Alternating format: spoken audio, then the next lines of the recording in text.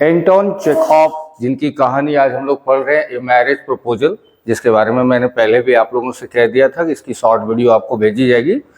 और जितना वीडियो में बताया जा रहा है वो काफ़ी है आपको इस चैप्टर को समझने के लिए। आप भी जानते हो कि एग्जामिनेशन के पॉइंट ऑफ व्यू से बहुत ज़्यादा रेलेवेंट ये है नहीं, लेकिन फिर भी हमें स्टडी तो करनी है, समझनी है। शॉर्ट क्वेश्चंस रहेंगे, कभी कभी इसकी समरी भी आ जाती है, तो आप इसको ठीक से ध्यान से समझोगे। ज़्यादा नहीं, 10 मिनट की वीडियो होगी ये। पहले तो हम लोग ये जान लेते हैं अबाउट द ऑथर। हाँ, चेखव है कौन, पहले आप ये जान लो कि चेखव है क्या, उनकी खासियत क्या है। वो एक रशियन राइटर हैं, रूस के, जैसा मैंने यहाँ लिखा भी है। He was a great dramatist and short story writer of Russia. वो रूस के महान नाटककार थे और शॉर्ट स्टोरी राइटर, जो छोटी छोटी कहानियाँ लिखते हैं, वो थे। His composition contains humor as a key ingredient।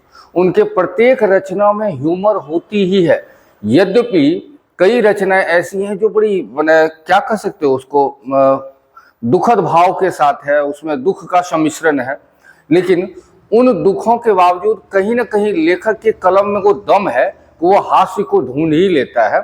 तो ये इनकी रचना की खासियत है। इसमें जो कैरेक्टर्स हैं, एक है चुबोकूब, नटालिया और लोमोव। तो नाम तो आप जान रहे हो, रशियन नेम तो ऐसे ही होते हैं जिनको कि उच्चारण करना कई दफ़ा ऐसा लगता है कि टंग ट्विस्टर है। हाँ, हमारी जो जुबान है वो भी लड़खड़ा जाती है, तो हम लोग इसको ऐसे ही समझेंगे। स्टीफन, हाँ, जो सिंपल लगे, नटालिया और लोमोव, ये 3 कैरेक्टर्स हैं। हम तीनों कैरेक्टर्स के बारे में आपको बता दें। ये जो चुबुकोव है या स्टीफन, जो भी कह लो, ये फादर है किसका, ये नतालिया के पापा है। और ये जो लोमोव है वो पड़ोसी हैं इन दोनों के, यानी कि ये दोनों पिता पुत्री हैं और ये उनका क्या है, पड़ोसी है, बगल का रहने वाला। और ये आदमी लोमोव इच्छुक है किससे विवाह करने के लिए, नतालिया से।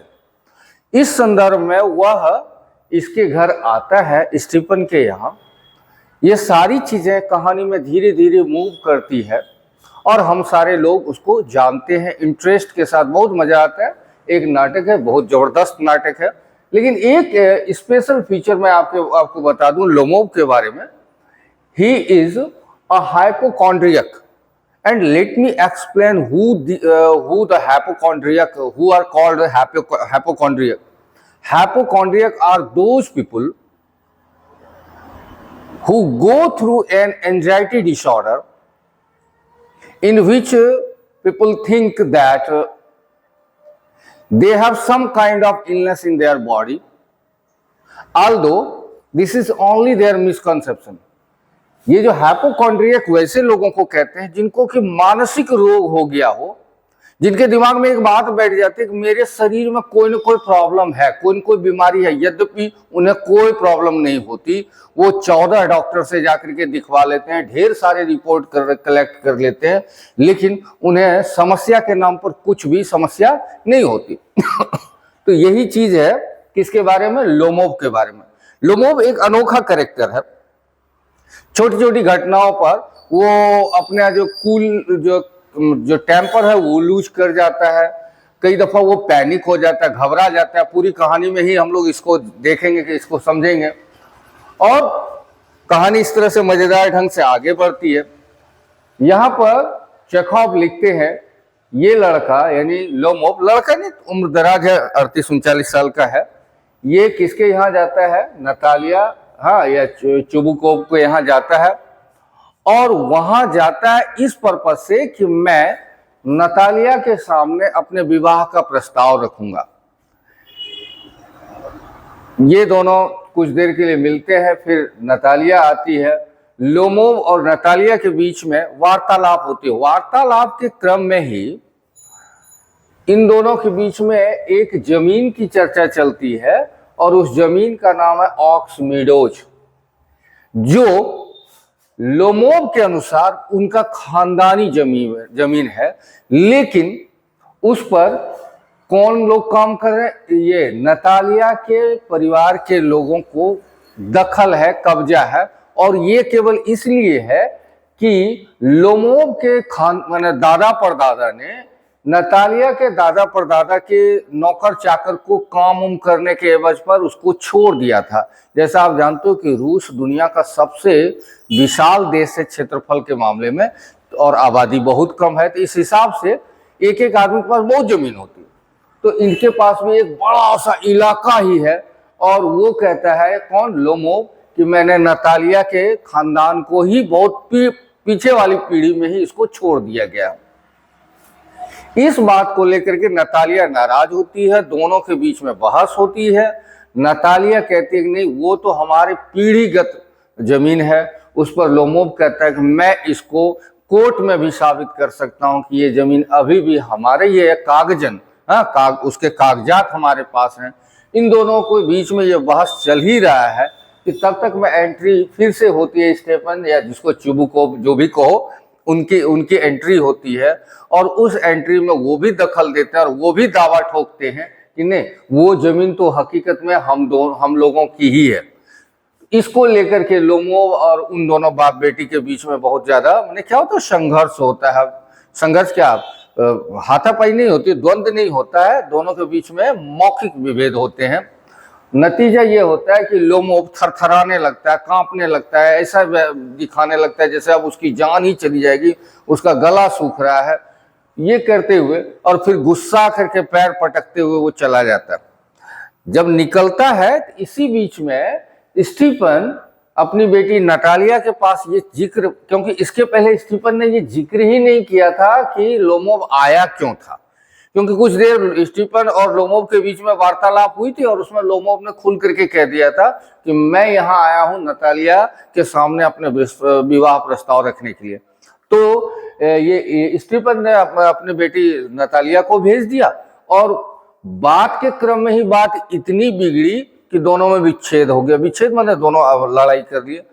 अब लोमोव जब चला गया, निकला ही जस्ट कुछ सेकंड पहले, तब तक में नतालिया को ये बात पता चलती है स्टीफन से कि लोमोव हकीकत में आया था विवाह प्रस्ताव लेकर के, और नतालिया भी चाहती थी कि उसका विवाह किससे हो, लोमोव से हो। वो तुरंत अपने पिताजी को कहती है कि जल्दी से उसको बुलाइए। बुलाया जाता है।